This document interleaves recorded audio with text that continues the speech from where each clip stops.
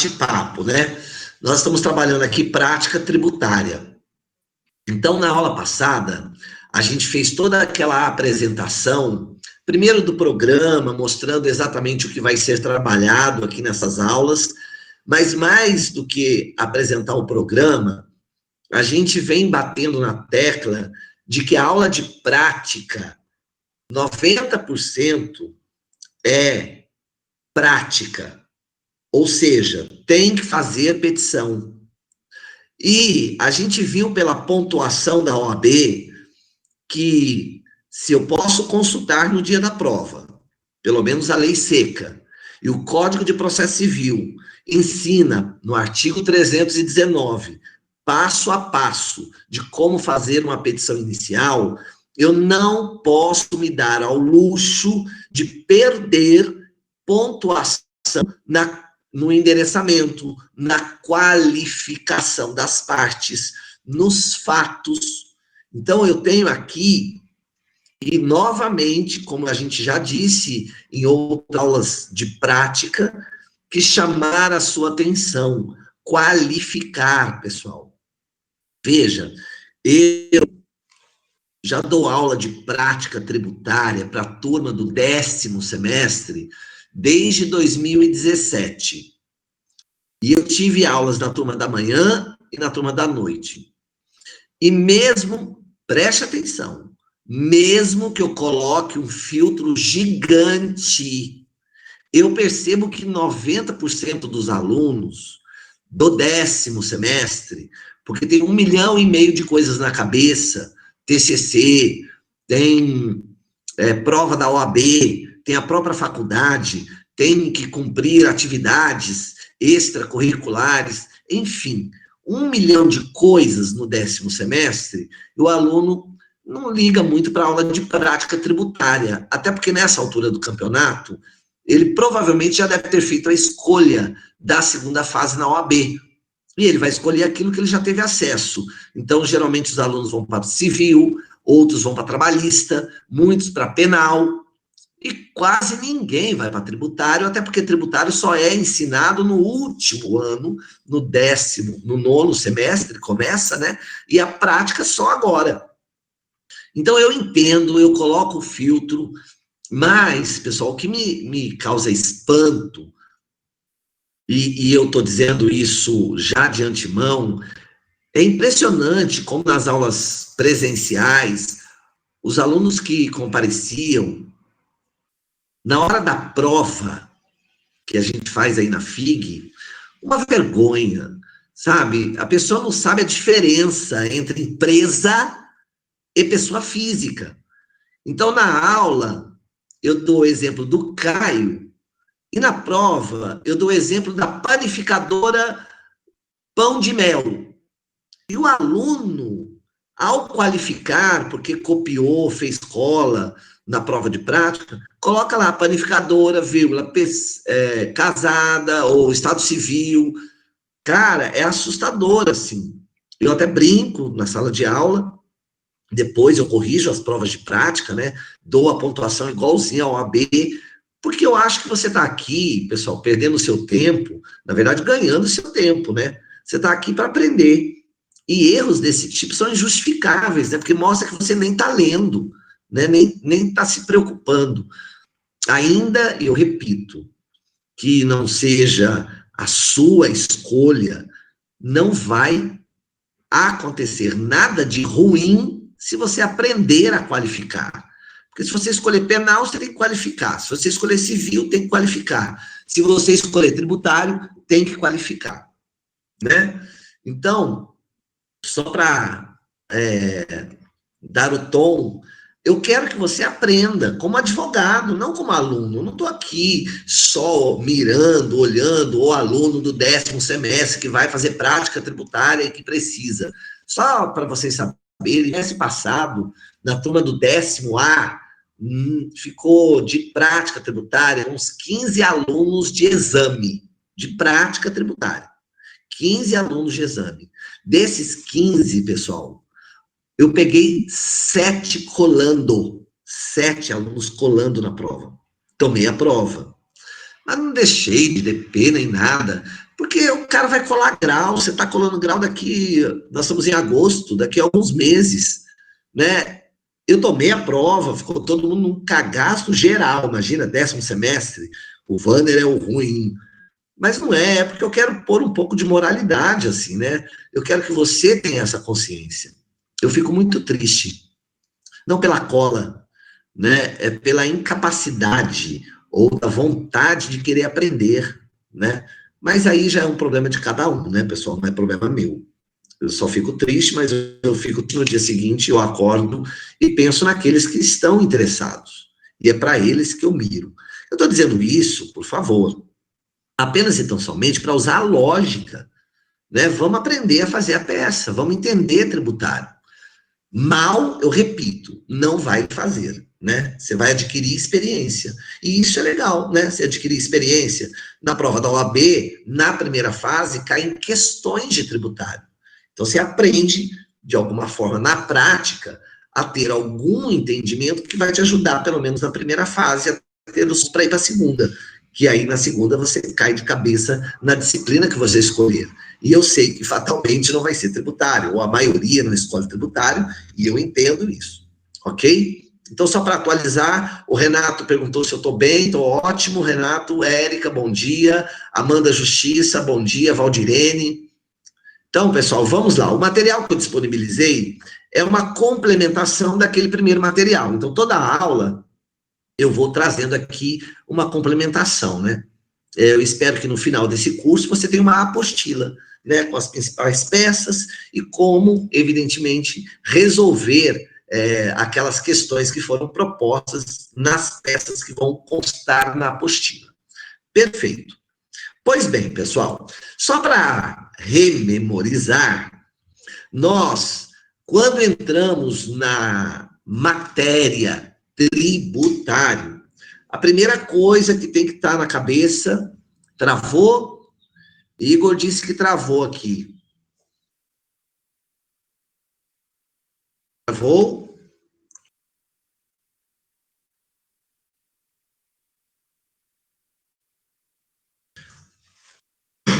Igor,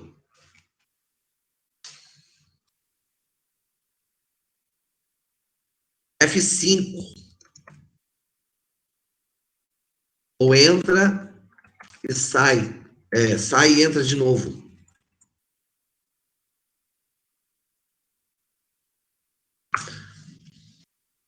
Beleza. Igor, resolve aí. O pessoal está se manifestando aqui, o Renato, o Romildo, está tudo normal.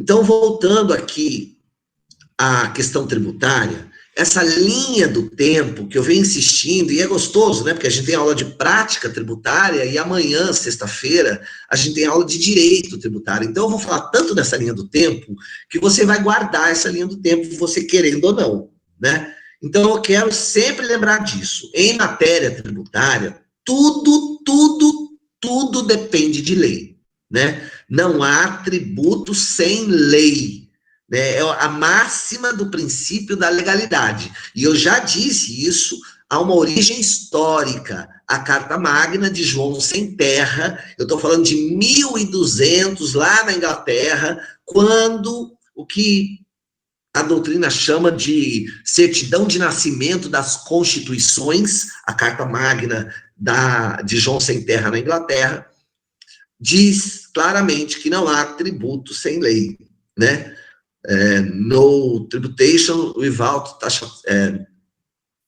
no tributation without taxation, não lembro da expressão em inglês, praticamente. Mas a ideia é não há tributo sem lei. Pois bem, então o nosso primeiro olhar é ver se há uma lei criando tributo, aumentando tributo ou modificando uma alíquota de um tributo. Há uma situação, portanto, hipotética, prevista na norma. A lei vai dizer: quem oferir renda haverá de pagar imposto de renda. Quando circular mercadoria, haverá de pagar ICMS. Quando prestar serviço, haverá imposto sobre serviços. Quem adquirir veículo, haverá IPVA. Quem adquirir propriedade territorial, haverá IPTU. Então, há sempre uma situação hipotética. A lei não sabe quem vai comprar carro, a lei não sabe quem vai prestar um serviço ou ter renda. A lei estabelece uma situação.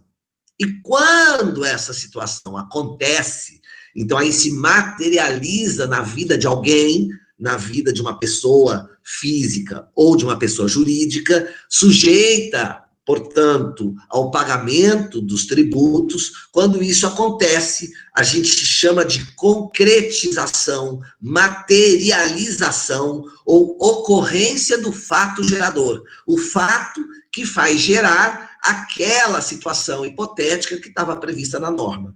É o que a gente chama de acoplamento ou subsunção do fato à norma. Acontece aquilo que a lei estava prevendo, e quando isso se materializa, então nasce uma obrigação.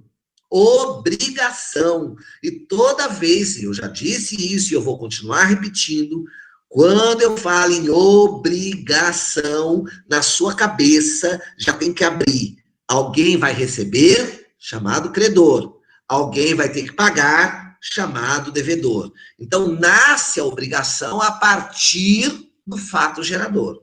Só que esta obrigação que nasceu, ela precisa ser lançada. Precisa ser lançada. Lançada, então nasce o crédito tributário. Nasce o crédito tributário. E aí, quando eu falo que nasce o crédito, então o governo já pode exigir de você. E ele já pode exigir de você, e se você não pagar, seu nome vai para a dívida ativa. Veja que a dívida ativa, aqui nessa linha do tempo, né, e eu vou grifar aqui para acompanhar o que eu estou falando, a dívida ativa, aqui que eu estou circulando de vermelho, ó, a dívida ativa, ela vem depois do crédito. Depois do crédito. Então, é constituído o crédito a partir do lançamento. Nasce a obrigação, ela tem que ser lançada, e aí constitui o crédito tributário.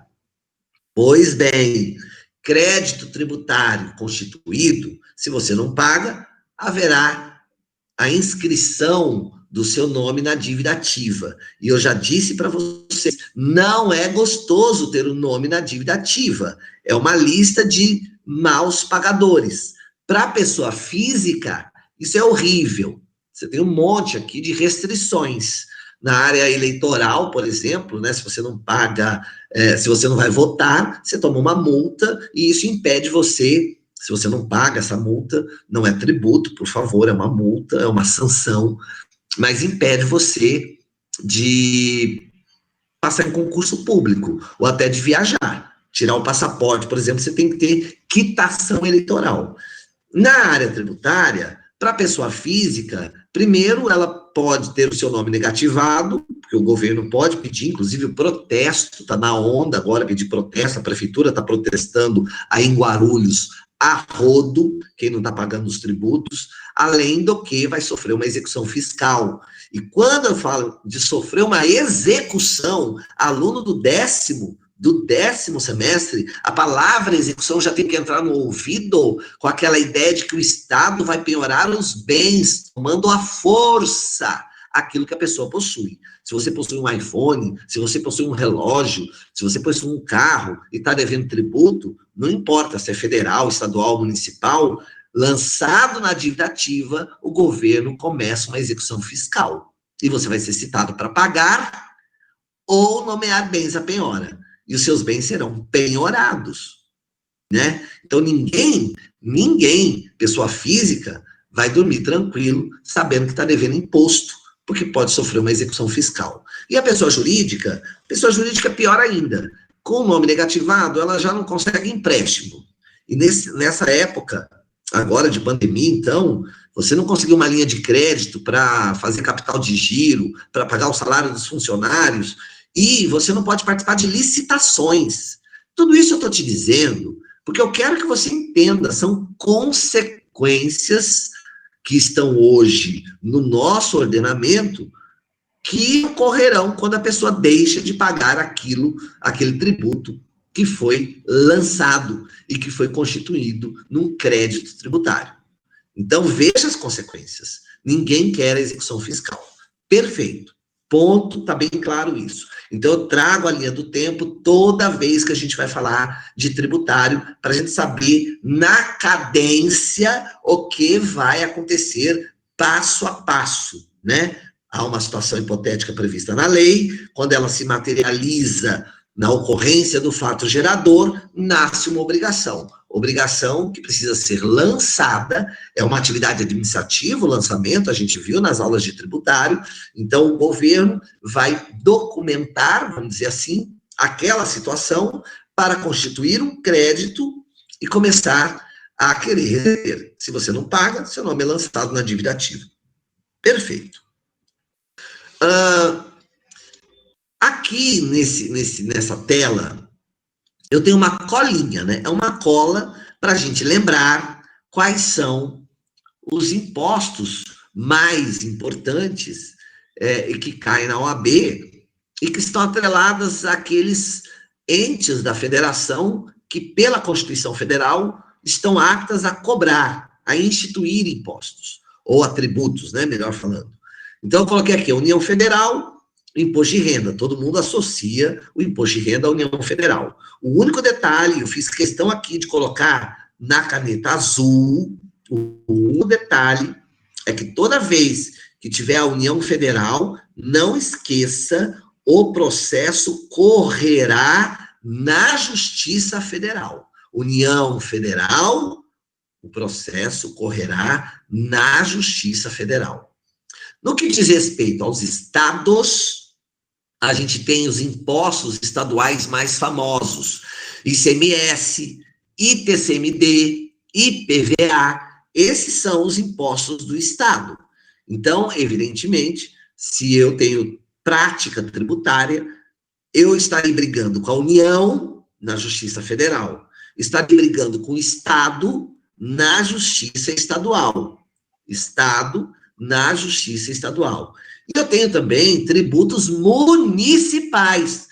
União, Estado, município são os entes tributantes. São aqueles que cobram os tributos. São aqueles que tributam. A União, os estados e o Distrito Federal e os municípios. A União, eventual briga, vai ser na Justiça Federal. Os estados, o Distrito Federal e os municípios na Justiça Estadual. Pelo amor do guarda, não tem justiça municipal. Ou eu levo a briga judicialmente para federal, quando eu estiver diante da União, ou eu levo para estadual, quando eu estou diante dos estados, do Distrito Federal e dos municípios. Acho que está bem claro isso, né? Justiça estadual. A Terezinha diz que não está conseguindo acessar. A Terezinha, eu vou dar na cara da Terezinha. A doida. Né, pessoal? Ela nunca consegue acessar. Mas a gente vai mudar essa plataforma, né? Já começaram testes, então fiquem calmos, né? Tudo vai dar certo. Pois bem, feito então esse mapa, né? Ou feita essa colinha, vamos dizer assim, em que a gente tem o desenho de cada ente tributante com o respectivo tributo e relacionando isso à justiça que a gente vai brigar, eu vou fazer uma pincelada na Justiça Federal. Por quê? Porque a Justiça Estadual, ela é fácil, né? Cada estado da federação tem a sua organização da Justiça Estadual. Eu tenho Justiça Estadual em todos os estados do Brasil. Então, eu tenho Justiça Estadual no estado do Rio Grande do Sul, eu tenho Justiça Estadual no estado de Santa Catarina, eu tenho Justiça Estadual no estado do Paraná, no estado de São Paulo, no estado de Minas, no estado do Rio, no estado do Espírito Santo, e assim em cada estado. Tá fácil. A federal, ela é desenhada por regiões. Então, na aula passada, eu trouxe um mapa do Brasil para que você entenda como é que funciona a Justiça Federal. A Justiça Federal, ela é dividida em 5 regiões. Eu tenho 5 tribunais regionais vem de região, federais. Eu tenho 5 TRFs. O TRF da primeira região, o TRF da segunda região, o TRF da terceira região, o TRF da quarta região e o TRF da quinta região. São 5 regiões. Pois bem, primeira região, está aqui o mapa do Brasil. É essa maior parte que está toda grifada de vermelho.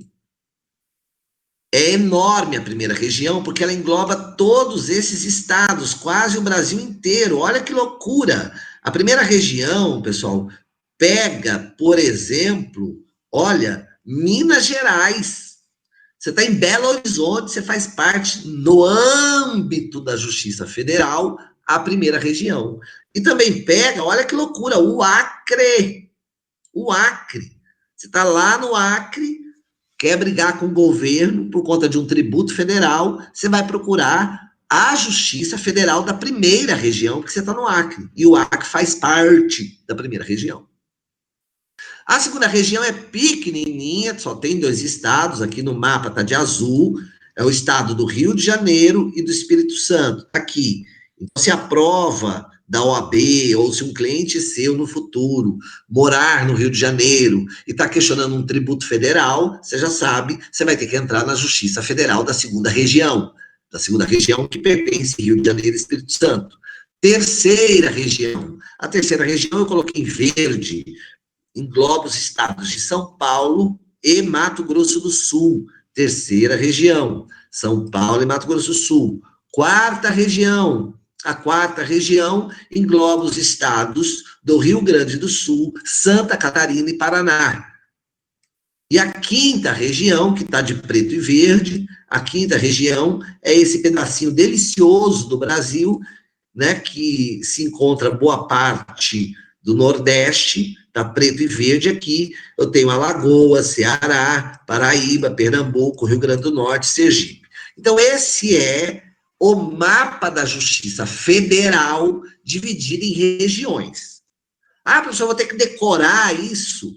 Olha, na OAB, quando cai questão de prova, às vezes ele conta que o problema aconteceu em Minas Gerais e é um tributo federal. Você vai mandar para a Justiça Federal de Minas Gerais, Belo Horizonte. Mas se for um recurso, aí você teria que dirigir ao tribunal da primeira região, conforme você vê nesse slide anterior, no organograma. Primeira região da Minas Gerais, a gente já viu. Então, você imagina, tem o juiz da primeira vara de Minas. Se eu quiser recorrer, eu vou para o TRF da primeira região. E o TRF da primeira região fica no DF. O TRF da segunda região fica no Rio. O da terceira região fica em São Paulo, ali na Paulista. E assim sucessivamente. Pois bem, compreendida essa historinha, né, e é necessário só lembrar, né, eu preciso ler o problema para ver quem é que está cobrando o tributo. Se é a União, se são os estados, ou o Distrito Federal, ou se são os municípios. Se for a União, Justiça Federal. Se forem os estados, o Distrito Federal ou os municípios, Justiça Estadual. Muito simples, eu acho que aqui não há complicação. Perfeito.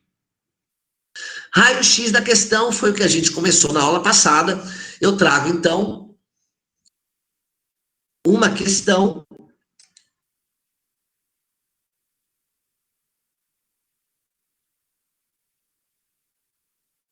de repetição do indébito. Foi a primeira peça que a gente escolheu, né? Vou pegar o problema aqui para a gente ler. Só um minutinho que eu vou achar o problema. Identificando a peça na questão da prova.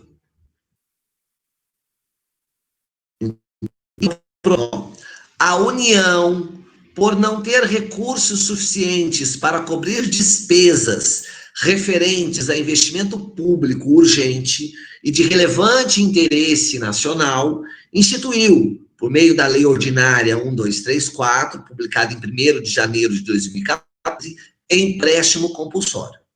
O fato gerador do citado empréstimo compulsório é a propriedade de imóveis rurais e o tributo somente será devido de maio a dezembro de 2014.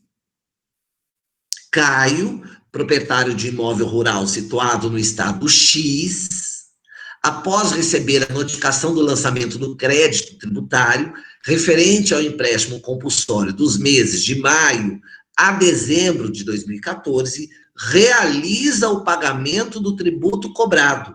Posteriormente, tendo em vista notícias veiculadas a respeito da possibilidade desse pagamento ter sido indevido, decide procurá-lo, com o objetivo de obter a restituição dos valores pagos indevidamente. Na qualidade de advogado de Caio, redige a medida judicial adequada para reaver em pecúnia e não por meio de compensação os pagamentos efetuados. Lembrem-se, essa é a minha maior característica quando se fala de fazer uma peça. Primeira coisa é ler o problema inteiro sem respirar. É ler para você tomar conhecimento da história. É o que eu falo de soco na boca do estômago. Você já lê, já sabe do assunto, e agora que você já fez essa leitura, a gente sempre volta lendo novamente, só que agora grifando aquilo que a gente acha, de acordo com a nossa cabeça, que é importante. Então, diante disso, eu volto no começo da questão e vou reler. Olha só, a União, a questão começa assim, a União. Eu vou grifar União, porque se eu estou trabalhando com direito tributário, se é a União, eu já tenho que me associar, que é na Justiça Federal.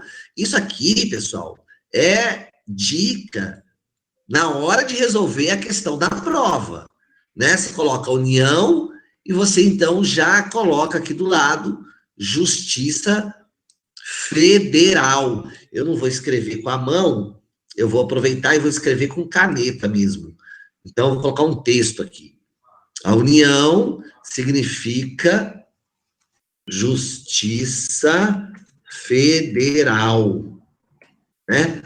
Toda vez que se fala em União, é Justiça Federal.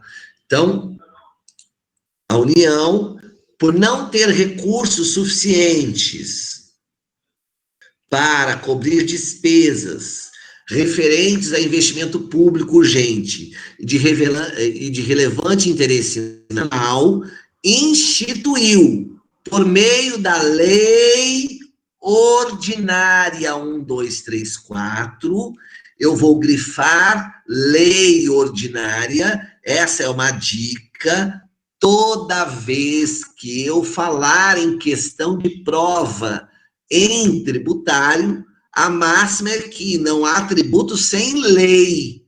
Então, a prova está dizendo que tem uma lei. O que eu preciso investigar é se a lei está certa, né? Então, toda vez que aparecer lei numa prova de tributário, eu tenho que grifar, porque a minha questão aqui é descobrir se é uma lei ordinária mesmo, né? Se é esta lei aí que a gente usa. Aqui é uma interrogação, né? Lei Ordinária 1234, publicada em 1º de janeiro de 2014. Eu tenho que grifar. Toda lei, ela é publicada. Nenhuma lei cai do céu, né? A gente não acordou hoje, pá, caiu uma lei do céu. A lei é publicada. Ela é, primeiro, obviamente, votada. Se é a União, é no Congresso Federal, né? No nosso Congresso Nacional. Os deputados e os senadores fizeram leis, porque quem faz lei é o legislador. Se fosse estadual, então eu estaria diante da Assembleia dos Deputados, do Estado que aprovam as leis estaduais. Se fosse municipal, eu estaria diante dos vereadores que fazem as leis do município. Então, toda vez que aparecer a palavra lei numa questão da prova, eu já tenho que puxar uma seta, colocar uma interrogação para ver se essa lei está certa. Em seguida, toda lei é publicada, ela não cai do céu. Então, eu tenho que grifar a data, porque aqui eu tenho duas coisas. A interrogação, eu vou repetir, a interrogação que eu vou colocar em volta da palavra lei vai me levar ao princípio da legalidade, para ver se a lei está certa. Por quê? Porque não há tributo sem lei que o defina. E tem que ser certa. Se a lei for errada, então o tributo está errado. Não há tributo sem lei, eu tenho que dizer qual é a lei. Então, toda vez que aparecer lei, eu já grifo ali, coloco uma interrogação para investigar. Toda lei é publicada. E eu tenho que grifar a data, e a OAB adora, porque essas são as teses. O gostoso de tributário é isso. Você fica sempre no mais do mesmo. Pode mudar o tributo, pode mudar o ente tributante, né? Pode ser a prefeitura, pode ser o Estado, pode ser a União, pode ser o Distrito Federal. Você pode pôr quem você quiser. Mas se há uma lei, eu tenho que saber se ela é certa ou errada. E ela é publicada, eu tenho que saber se ela está respeitando o princípio da anterioridade. A gente já sabe, nessa altura do campeonato, por uma questão de segurança jurídica, se você quer aumentar tributo, se você quer criar um tributo, eu não posso ser pego de surpresa, né? Você tem que publicar e só pode ser exercido, só pode ser cobrado no exercício seguinte. Então, se a lei é publicada em 2014, só pode ser cobrada em 2015. Claro que tem exceções. É claro que eu preciso saber das exceções. Mas antes de mirar as exceções, eu tenho que saber a regra. E a regra é, em tributário, ninguém pode ser pego de surpresa. Esta é a regra. E sair uma lei é só no exercício seguinte. Claro que tem exceções, mas a gente vai ver essas exceções. Calma. Primeiro tem que saber a regra. E a regra é, uma lei não cai do céu, desculpa, todo tributo depende de lei, então tem que ver se a lei está certa, e lei não cai do céu, ela tem que ser publicada. E para que eu quero saber a publicação? Para eu saber se você está cobrando só no exercício seguinte. É o princípio da anterioridade. Então, relendo a questão, a União, por não ter recursos suficientes para cobrir despesas referentes a investimento público urgente e de relevante interesse nacional, instituiu por meio da Lei Ordinária 1234, publicada em janeiro de 2014, empréstimo compulsório. Então, eu vou grifar aqui de lilás o nome do tributo, empréstimo compulsório. Esse é o tributo, esse é o assunto, esse é o pano de fundo, né, em matéria tributária, empréstimo compulsório. O fato gerador do citado empréstimo compulsório é a propriedade de imóveis rurais. E o tributo somente será devido de maio, vou grifar, de verde, de maio a dezembro de 2014. Opa! De quando é a lei mesmo? Janeiro de 2014. De quando que é cobrado? De maio a dezembro de 2014. Eu já estou vendo aqui um erro. Se a lei é de 2014, você só pode me cobrar em 2015. É o princípio da anterioridade. Anterioridade. Você não pode me cobrar antes. Só no exercício seguinte. Então, aqui, eu já estou vendo uma questão aqui, né? Pode ser cobrada no mesmo ano? Tem exceções. Mas a regra é que não pode. A regra é que não pode. Continuando a leitura, grifando, né? Caio, importante eu grifar o nome do Caio. É uma pessoa física. Então, vou grifar de vermelho aqui, ó. Caio, esse aqui é o contribuinte, esse aqui é o sujeito passivo da obrigação tributária, esse aqui é o meu cliente, que foi, de acordo com o que está previsto no ordenamento, obrigado a pagar um empréstimo compulsório criado em 2014 e cobrado no mesmo ano. Então, ele foi lá, Caio, proprietário de imóvel rural situado no estado X, após receber a notificação do lançamento. Olha, então houve o lançamento, ó as palavras. Por isso é importante a gente grifar. Em tributário, a palavra lançamento não está aí de graça. Está aí para dizer, meu querido, que já foi constituído o crédito. O governo já tem o direito de receber, né? Já nasceu a obrigação e ela foi lançada. Então, Caio, ele recebe essa notificação, ele fica sabendo que ele deve pagar o empréstimo compulsório. Então, ele, Caio, realiza o pagamento. Realiza o pagamento, ele pagou. E em tributário, na aula passada eu brinquei, eu vou continuar brincando, pagou, ferrou. Pagou, ferrou. Uma vez que você pagou, tá pago. Se eu quero reaver o dinheiro, porque eu paguei errado, paguei a maior, paguei aquilo que era indevido, não era devido, eu vou ter que entrar na justiça para cobrar do governo a devolução daquele dinheiro. Então, a informação realiza o pagamento é importantíssima, porque o AB, neste caso, está dizendo para você, já pagou, já Elvis, já pagou. Posteriormente, notícias veiculadas a respeito da possibilidade desse pagamento ter sido indevido, Caio decide procurá-lo, com o objetivo de, olha a prova da OAB te dando numa bandeja de ouro o que é para você fazer. O objetivo de obter a restituição dos valores pagos indevidamente.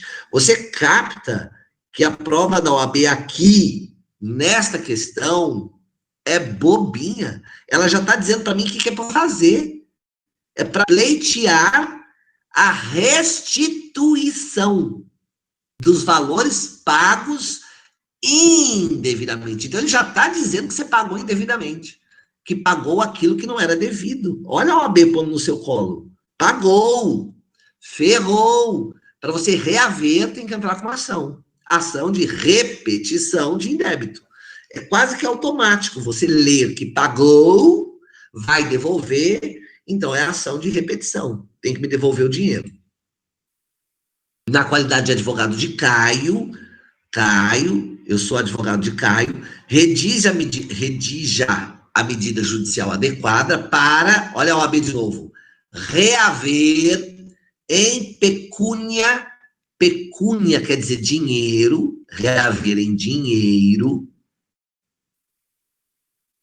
não por meio de compensação, os pagamentos efetuados. Reaver em dinheiro os pagamentos efetuados. Ora, pessoal, toda vez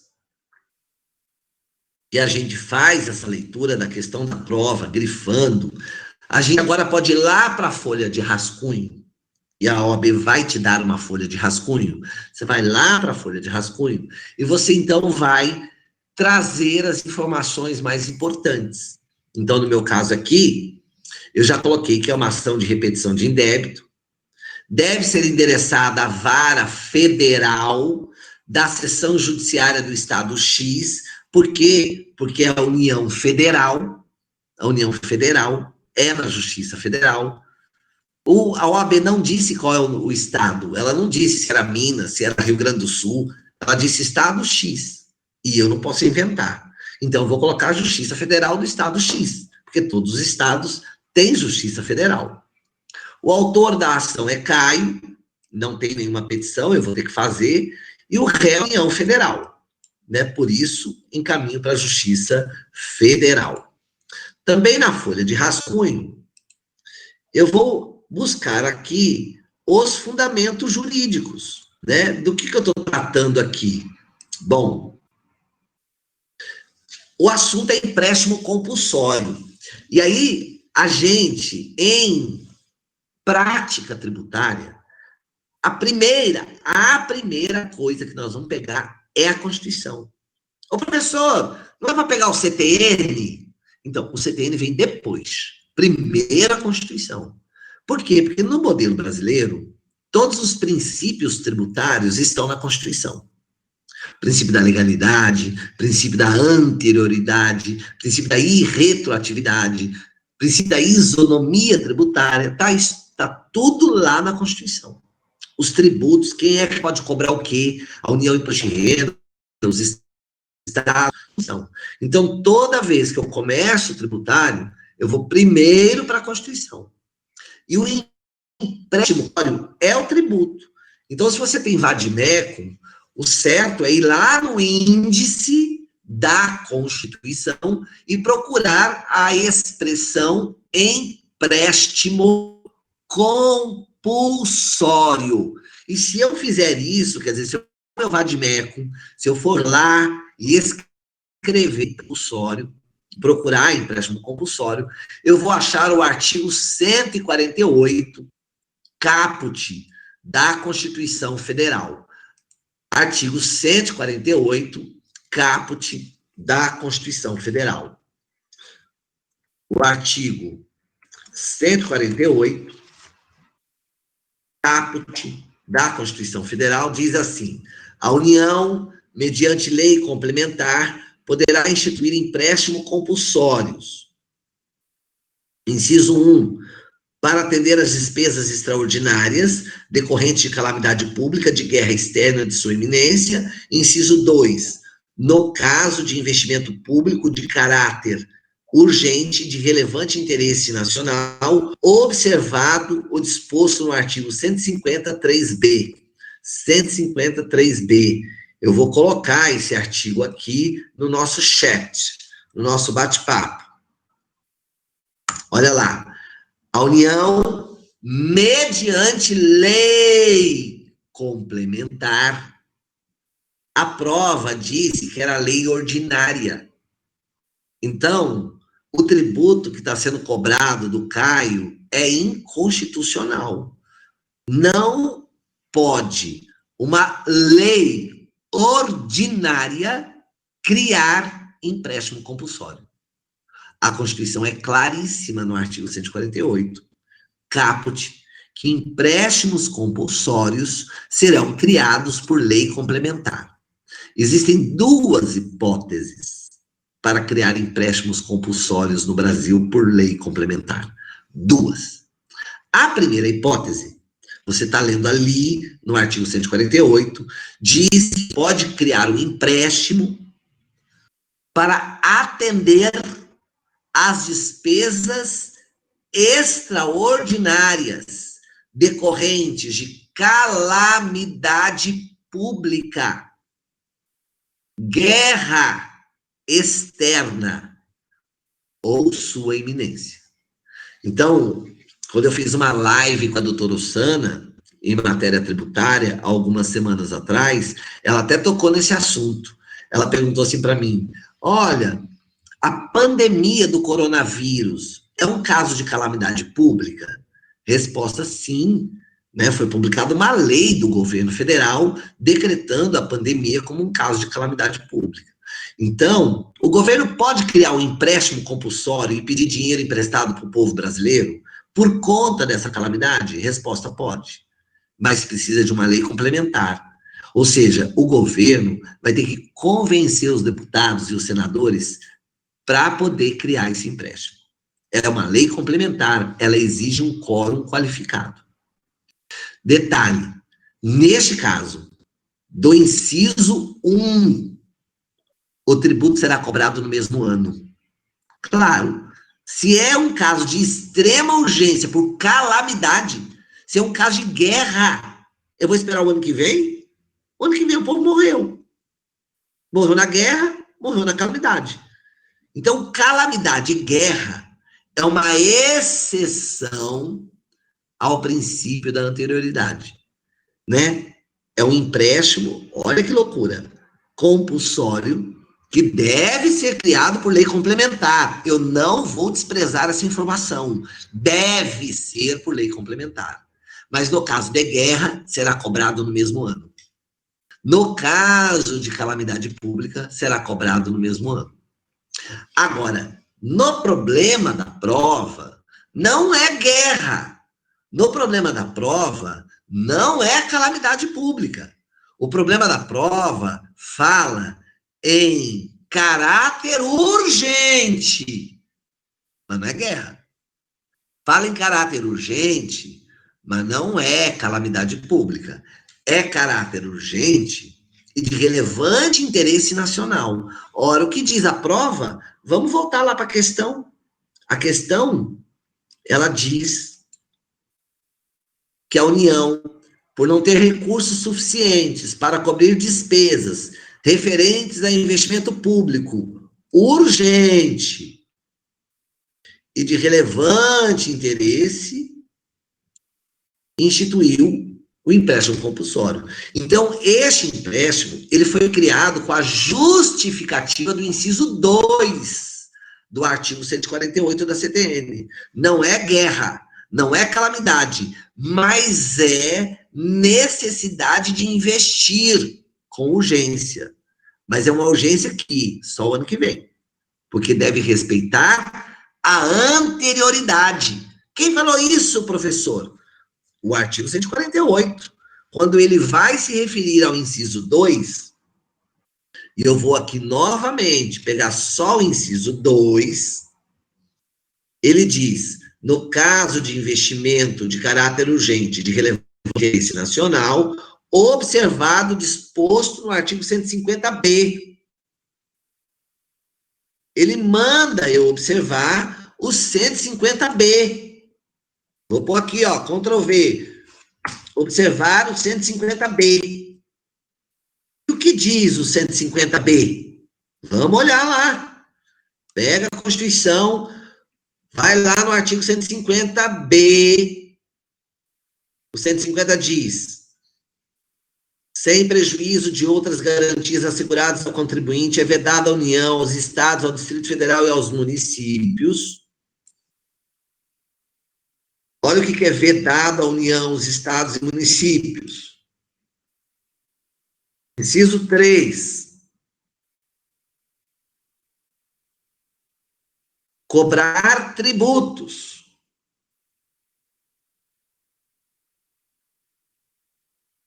O que diz a letra B? No mesmo exercício financeiro em que haja sido publicada a lei que os instituiu ou aumentou. No mesmo exercício financeiro. Então, pronto, eu já matei a charada. Esse empréstimo, criado pela União Federal, por meio da Lei Ordinária 1234, é inconstitucional, fere, viola a Constituição por duas razões. Primeiro, porque a Constituição diz que empréstimo compulsório pode ser criado por lei complementar. Então, se criou o empréstimo por lei ordinária, tá errado. Viola a Constituição. Então, é inconstitucional, violando o princípio da legalidade. Não há tributo sem lei. E, neste caso, a lei é complementar. Quem falou? A Constituição. Então, primeiro argumento: o empréstimo é inconstitucional, porque foi criado por lei ordinária. E a Constituição manda ser lei complementar. Segundo, em se tratando de empréstimo compulsório, eu tenho duas hipóteses. A primeira é guerra e calamidade, e pode ser cobrada no mesmo ano. A segunda, que é caso de urgência e de relevante interesse nacional, precisa respeitar a anterioridade, só cobrada no exercício seguinte. Neste caso, o problema não é de guerra, não é de calamidade, é de urgência. Portanto, pode cobrar, desde que, seja lei complementar, que no caso não é, e 2, só no exercício seguinte. E no caso, está bem claro, quando disse que que o empréstimo compulsório será devido, olha o problema, devido de maio a dezembro. Então ele tem dia para começar e tem dia para terminar. Claro, é um empréstimo, né, pessoal? Você está me pedindo dinheiro emprestado para o resto da vida? Não, começa num dia e termina no outro. Só que um detalhe, você só pode me pedir dinheiro emprestado, começando num dia e terminando no outro, se respeitar a anterioridade, ou seja, só pode cobrar no exercício seguinte. Então, eu já achei os dois argumentos dessa peça, né? Eu tenho aqui uma flagrante violação à Constituição, seja porque criou-se um empréstimo por lei ordinária, o que é um erro, seja porque se cobrou no mesmo exercício, o que é um erro, porque só se cobra no mesmo exercício empréstimo compulsório no caso de guerra. Ok? Acho que ficou bem claro isso, né? Agora veja, pessoal, eu estou com um problema aqui, eu já sei que o primeiro fundamento é o artigo 148 caput, que não pode ser lei ordinária, tem que ser lei complementar. Segundo argumento, que violou o princípio da anterioridade, uma vez que empréstimo compulsório somente pode ser cobrado no exercício financeiro seguinte, né? No caso aqui, a lei é de 2014 e diz que era para cobrar em 2014 mesmo, o que é um erro. Nós temos o artigo 153b, junto com 148.2. O 148.2 fala do empréstimo. E o 153b fala que o empréstimo compulsório, neste caso, só pode ser cobrado no exercício seguinte. Outro ponto importante. Eu posso dividir a repetição do indébito, né, a procedência do pedido, e que os valores pagos sejam devolvidos. Na aula passada, a gente viu a pontuação da OAB, né? A OAB pontua se você acertar o endereçamento, a qualificação do autor, a qualificação do réu, a demonstração de que cabia aquela ação, qual é o fundamento, se é caso de liminar, você pede, não é caso de liminar. Você vai pedir a procedência do pedido, a citação, não tem que intimar um MP, né? Isso aqui não cabe. O do réu, o valor da causa, fechamento da peça, tudo isso é pontuado. Então, tudo isso eu tenho que mirar na hora de fazer para não errar. Eu não posso me dar o luxo de perder os 10 décimos do endereçamento. Eu não posso me dar o luxo de perder os 10 décimos da qualificação do autor, os 10 décimos da qualificação do réu. Eu não posso me dar o luxo, pessoal. Olha, fechamento da peça, 10 décimos. Fechamento é colocar local, data e ano, pelo amor de Deus. Advogado, isso vale 10. Ó, só endereçamento, qualificação do autor, qualificação do réu, fechamento da peça, eu quase meio ponto. Meio ponto numa peça que eu preciso tirar 5 é muita coisa, né? Eu não posso ignorar isso. Pois bem, diante disso, como é que eu faço a minha petição inicial? A petição inicial segue o novo Código de Processo Civil, artigo 319. E no dia da OAB você pode usar, você pode olhar. Então veja que você tem um roteiro mesmo, é como uma receita de bolo. A petição inicial indicará o juízo a que é dirigida. Neste caso, é juízo federal, porque é a União Federal que criou o empréstimo compulsório. Então, é juízo federal. E eu sei que a Justiça Federal é por regiões. A OAB não disse qual era a região, disse que era o estado X. Então, vou endereçar para o juízo federal do estado X. Deve indicar, olha só, pessoal, mamão com mel, o nome, o prenome, o estado civil, a existência ou não de união estável, a profissão, o número de inscrição no cadastro de pessoas físicas, ou ser uma empresa no cadastro de pessoas jurídicas, o endereço eletrônico, está escrito, tem que indicar o endereço eletrônico, o domicílio e a residência do autor e do réu, pelo amor de Deus, está na petição, tem que fazer essa qualificação.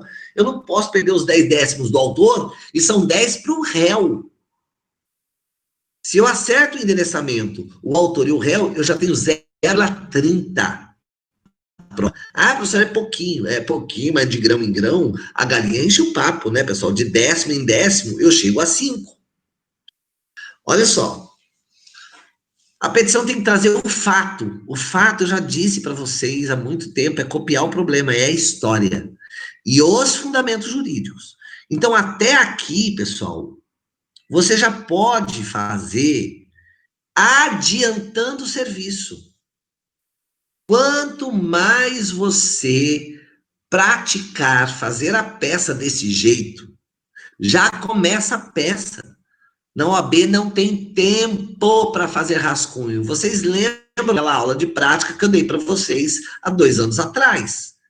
Um monte de gente não conseguiu terminar a peça. Lembra disso? Que eu dei prática para vocês? Um monte de gente não conseguiu terminar a peça. Eu fiz de propósito, né? Eu fiz com esse intuito didático. Não dá para fazer rascunho. Tem que ir direto.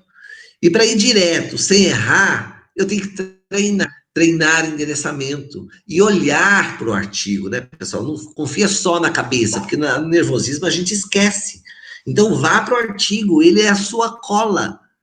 Né? Tem que estar o nome, o prenome, o estado civil, a profissão, o CPF, o CNPJ, se for uma empresa, tem que estar o endereço eletrônico, tem que ter o domicílio e a residência, tem que trazer os fatos, tem que trazer o fundamento. Então, eu começo a minha peça com endereçamento. No caso aqui da prova, foi a União Federal que criou o empréstimo compulsório. E o nosso guerreiro é o Caio, que mora no estado X. Então, excelentíssimo senhor doutor juiz federal da Vara Civil Federal da seção D, né? Seria o estado X, né? Esse é o endereçamento. Justiça Federal. Por quê? Porque a União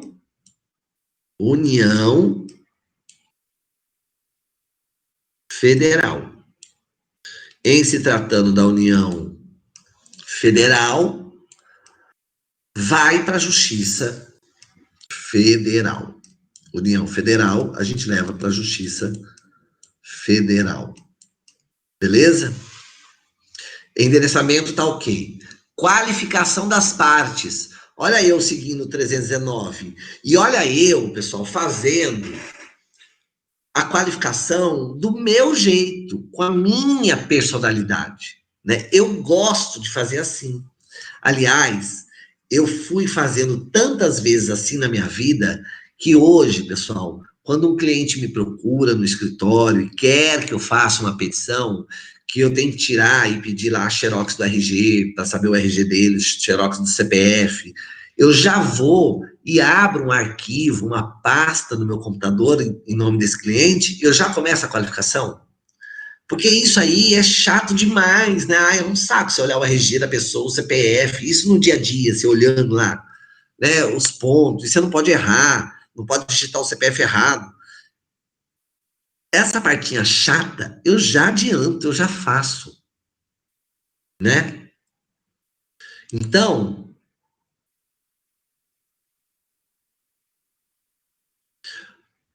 o meu caso aqui começa, Caio, nacionalidade. Eu não posso colocar brasileiro, a prova não diz. Ela não diz se o Caio é chileno, se o Caio é americano. Então eu coloco nacionalidade, entre parênteses, 3 pontinhos. Estado civil, eu não sei se ele é casado, se ele é solteiro, se ele é viúvo, se ele é tico-tico no fubá, né? Então, Caio, nacionalidade, estado civil, profissão, eu não sei qual é a profissão dele, a prova não disse, mas eu tenho que colocar. Profissão entre parênteses, 3 pontinhos. Portador da cédula de identidade, registro geral, RG número. Ô professor, o 319 não manda por RG. Não, não manda. Mas eu, Vanner, faço a minha qualificação e coloco RG. Cédula de identidade, RG é registro geral, número, inscrito no cadastro de pessoa física do Ministério da Fazenda, CPF/MF, sobre o número. Residente domiciliado na rua, entre parênteses, número, entre parênteses, bairro, entre parênteses, CEP, entre parênteses, estado, entre parênteses. Endereço eletrônico, uai, a petição não manda lá, o código não manda por endereço eletrônico? Então, endereço eletrônico. Por seu advogado, por intermédio do seu advogado,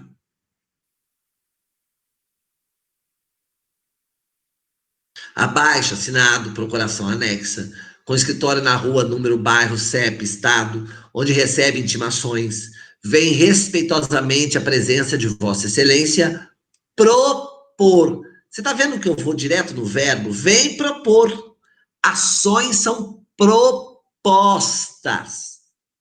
Está errado falar interpor. Interpor é para recurso. Recurso você interpõe. Porque interpor é pôr no meio. Entre uma coisa e outra você interpõe. Recurso é no meio. Entre uma decisão e o outro passo do processo, você interpõe o recurso. Você coloca bem no meio. Agora, as ações são propostas. Eu proponho a ação.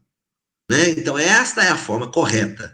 Propor, com fundamento no artigo 319, que ensina a fazer petição inicial, e artigo 165.1 do CTN. Ora, Vanner, o que diz o artigo 165.1?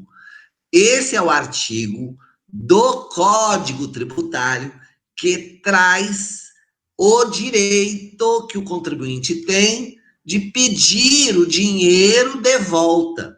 É a repetição do que é indevido. Então, eu vou pegar aqui o artigo 155.1 do CTN, 165.1 do CTN, que diz, ó o que diz o artigo.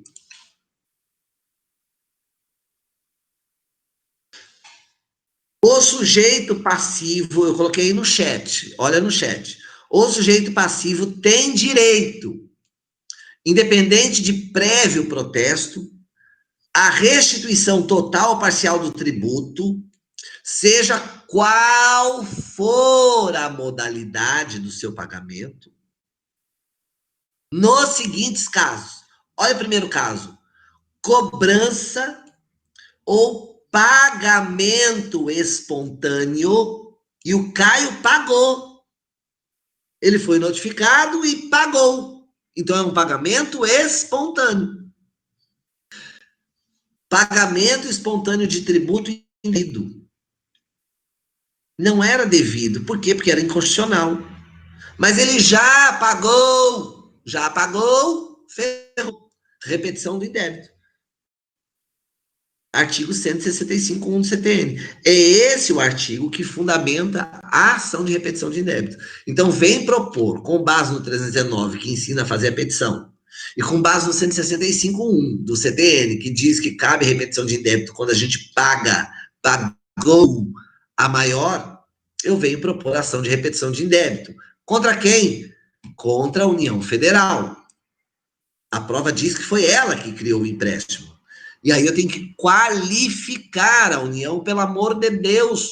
Não é pessoa jurídica de direito privado, como eu já vi várias peças, inclusive nas provas aí da FIG que eu comentei no começo dessa aula. Então é pessoa jurídica de direito público interno, se você quiser colocar, representada judicialmente pela Procuradoria da Fazenda Nacional. A União, ela tem advogados, são concursados. Esse, aliás, é um concurso bom, procurador da Fazenda. O salário é muito bom, a prova é difícil, Mas se você sair da FIG e quiser se preparar para esse concurso, você vai ser advogado da União. Você vai entrar com as ações de cobrança, você vai entrar com as ações em nome do governo federal. No caso, a procuradoria, que é quem representa o governo em juízo, ela tem o seu endereço. Então, eu coloco aqui, localizada na rua tal, número, bairro, CEP, endereço eletrônico, até porque hoje já é, em tese, previsto na lei que cabe citação eletrônica, pelos fundamentos de fato e de direito que passa a expor. 2 pontos, quem é meu aluno já sabe, você copia os fatos. Primeiro item é dos fatos. Tem gente que coloca breve resumo, não importa.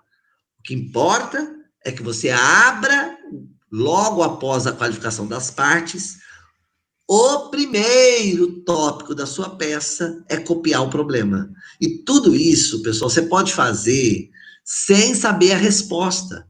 Adiante o serviço. Porque endereçar é chato, qualificar o autor é chato, qualificar a união é chato, e copiar o problema é chato. Esse problema é enorme. Você viu o tamanho do problema? Você tem que copiar. É a história. E toda vez que eu estiver falando em petição inicial, porque a gente não pode fazer justiça com as próprias mãos, eu tenho que terminar a história dizendo: não resta alternativa, eu não tive outro jeito, senão buscar a tutela do Estado para ver satisfeita a minha pretensão. Então, toda vez que eu começar uma petição inicial, de qualquer petição inicial, assim que eu terminar os fatos, eu tenho que colocar esse parágrafo. Isso representa o interesse de agir. Isso representa o interesse processual.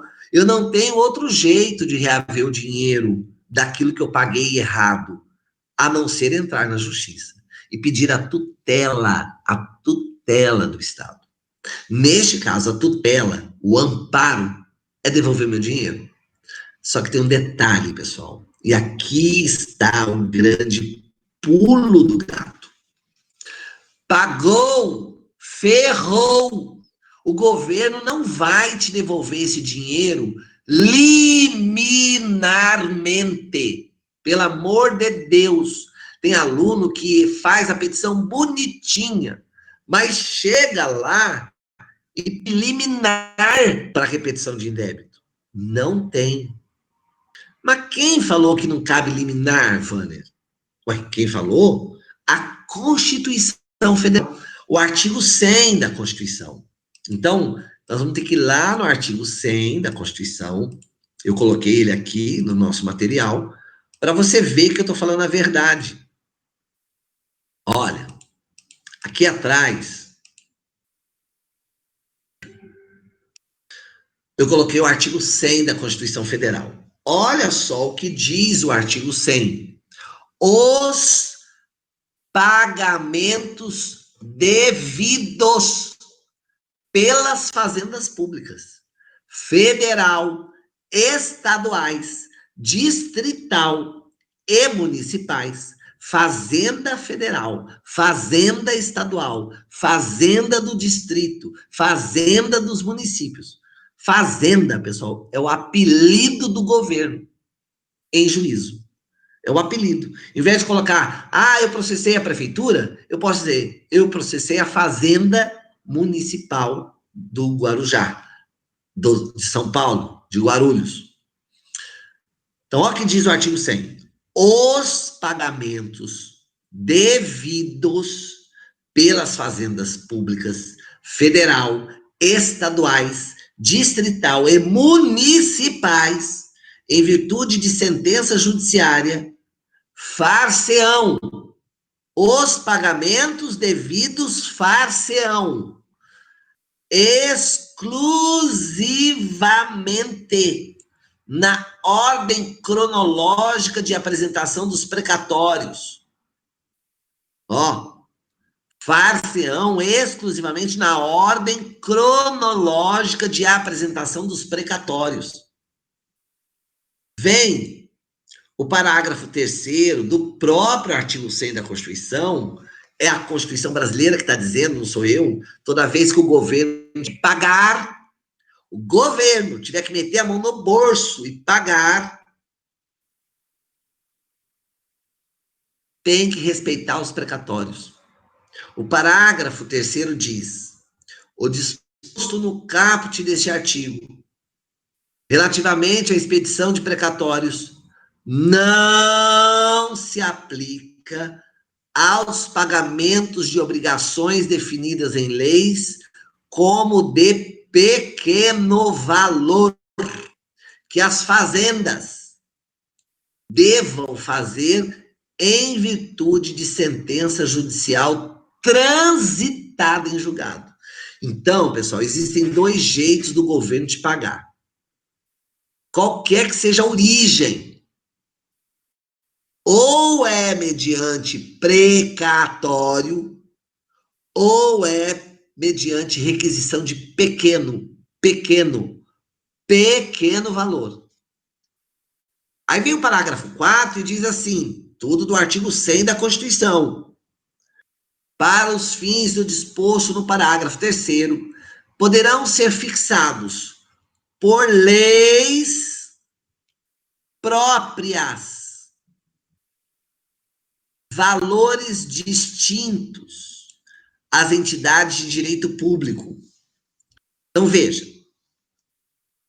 a Constituição diz que todo pagamento devido pelas fazendas públicas, não importa a origem, todo pagamento deve respeitar os precatórios, com exceção dos pequenos valores.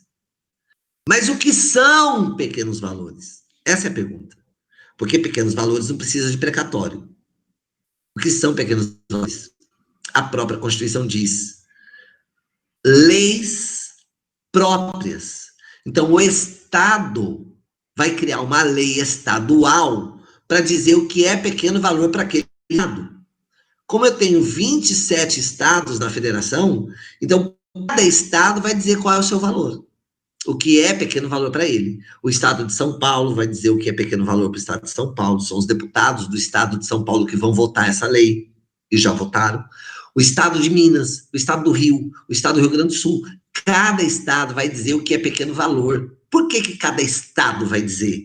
Porque se a regra é eu só meto a mão no bolso depois do trânsito em julgado e mediante precatório, a não ser pequenos valores, cada estado vai ter que dizer o que ele acha que é pequeno valor. Tem estados da federação que são ricos, tem estados da federação que são pobres, tem estados da federação que vão dizer que pequeno valor é um valor bem pequeno. Esses não precisariam de precatório, mas precisam do trânsito em julgado. O parágrafo 5º do artigo 100 diz, é obrigatória a inclusão no orçamento das entidades de direito público da verba necessária ao pagamento dos seus débitos, oriundos de sentenças transitadas em julgado, constantes de precatórios judiciários apresentados até o 1º de julho, fazendo-se o pagamento até o final do exercício seguinte, quando terão seus valores atualizados monetariamente. O que eu estou fazendo aqui? Eu estou pegando e provando para você que quando eu falo em tributário, o governo, não importa qual, federal, estadual, municipal, não devolve o dinheiro no bolso metendo a mão, não devolve o dinheiro metendo a mão no bolso. Precisa de uma decisão judicial transitada em julgado. Precisa da justiça brasileira mandando pagar. É a justiça que manda pagar. O governo não mete a mão no bolso, é a justiça que manda pagar. E quando a justiça mandar pagar, vai ter que entrar no orçamento de Guarulhos, quando tiver que Guarulhos pagar. No orçamento de São Paulo, do Estado de São Paulo, quando o Estado de São Paulo for condenado a pagar. No orçamento da União. Claro, né, pessoal? Senão vira a casa da mãe Joana. Eu tenho que saber, o ano de 2021 ainda vai entrar, nós estamos em 2020. A pergunta é, quanto o governo federal terá que pagar em 2021 de todas as sentenças que mandaram ele pagar? Por isso foi colocada a data até o dia 1º de julho, de cada ano, para que o governo ele coloque dentro do pacote para pagar o ano que vem. Ah, professor, eu entrei na justiça, ganhei, o juiz mandou pagar, e agora eu vou receber quando? Então, a pergunta que eu te faço é, o juiz mandou pagar, você apresentou essa conta até o dia 1º de julho? Porque se ele mandou pagar agora, pessoal, hoje é dia 20 de agosto. Se ele mandou pagar agora, já passou o 1º de julho. Ué, eu não vou receber? Vai. Só que você vai receber só no outro ano, em 2022. Porque para pagar em 2021, para dar tempo de eu abrir minha conta e ver tudo que eu tenho que pagar, esse é o governo, de acordo com a Constituição, se organizando. Então, para eu saber que eu vou pagar em 2021, eu tenho que fechar até julho de 2020 tudo que eu tenho que pagar. Por isso que os precatórios têm que ser apresentados até o dia 1º. A única exceção são para aqueles de pequeno valor, porque esses não precisam de precatório. Pequeno valor é pago. O problema é saber o que é pequeno valor. Cada estado vai dizer o que é pequeno valor para ele. Cada município vai dizer o que é pequeno valor para ele. E a União diz o que é pequeno valor para ela? Diz. A União diz que pequeno valor para ela é 60 salários mínimos. Quem disse isso é a Lei dos Juizados Especiais Federais. Lei dos Juizados Especiais Federais. Eu estou falando da Lei 10.259 de 2001. A Lei 10.259 de 2001. Esta lei, eu repito, federal, Lei 10.259 de 2001, é uma lei federal, ela diz, lá no artigo 3º, mentira, ela diz,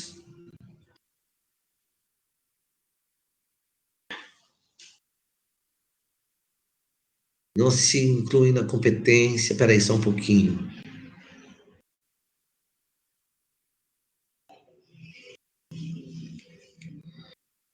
Mas poderão designar a entidade.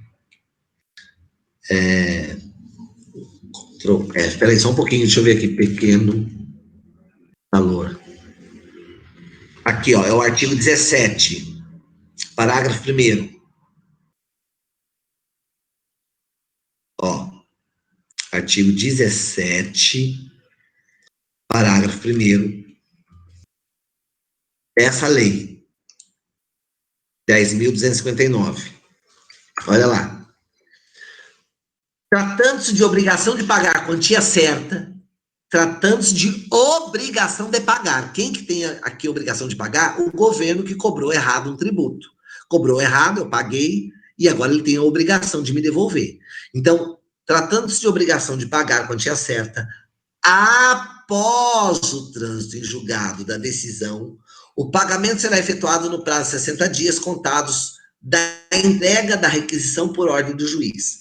Para efeitos do parágrafo 3º do artigo 100 da Constituição, as obrigações ali definidas como de valor a serem pagas, independente de precatório, terão como limite estabelecido nessa lei. Qual é o valor estabelecido nessa lei? 60 salários mínimos. É o que diz o artigo 3º. O artigo 3º diz que compete ao juizado especial processar e julgar causas até 60 salários mínimos. Então, no âmbito federal, pequeno valor são 60 salários mínimos. No âmbito estadual, vai ter que olhar para cada lei de cada estado da federação. No âmbito municipal, para cada lei de cada município. Ah, professor, na OAB eu tenho que saber isso? Não, a OAB não vai te cobrar a lei do município do Arujá. Até porque o exame é nacional, né? E o aluno lá de Cuiabá não tem obrigação de saber da lei do Arujá. O que você precisa saber é que no caso da União Federal, eu já tenho uma lei federal dizendo que é pequeno valor. Tudo isso eu estou dizendo para quê? para que você entenda que o governo, ele não mete a mão no bolso automaticamente para te devolver dinheiro daquilo que foi cobrado errado. Você tem que entrar com ação. E entrando com a ação, se for acima de 60 salários mínimos e se tratar de governo federal, é só precatório. Se for abaixo de 60 salários mínimos e for a União Federal, você tem que entrar com ação de regime de débito. Só que você não entra nos precatórios. O governo te paga em 60 dias após o trânsito em julgado. Ok? Pessoal, 9 horas, eu vou fazer o meu intervalo, né? Nossa aula vai até as 9, depois vem o segundo horário, não é isso? Confirma aí para mim. É isso mesmo? Nossa aulinha vai até as 9, e aí a gente volta às 9h20? É isso, não é? Estou esperando aqui para ver o horário. Isso. Então, beleza. Então, vamos fazer um intervalo. A gente volta daqui a pouco para continuar trabalhando com essa peça e eu já vou disponibilizar a segunda questão, né? Para você já ir pensando para a próxima aula. Então, vamos fazer um café e a gente volta 9h20, beleza? Ok? Ó, beijinho e até daqui a pouco. 9h20.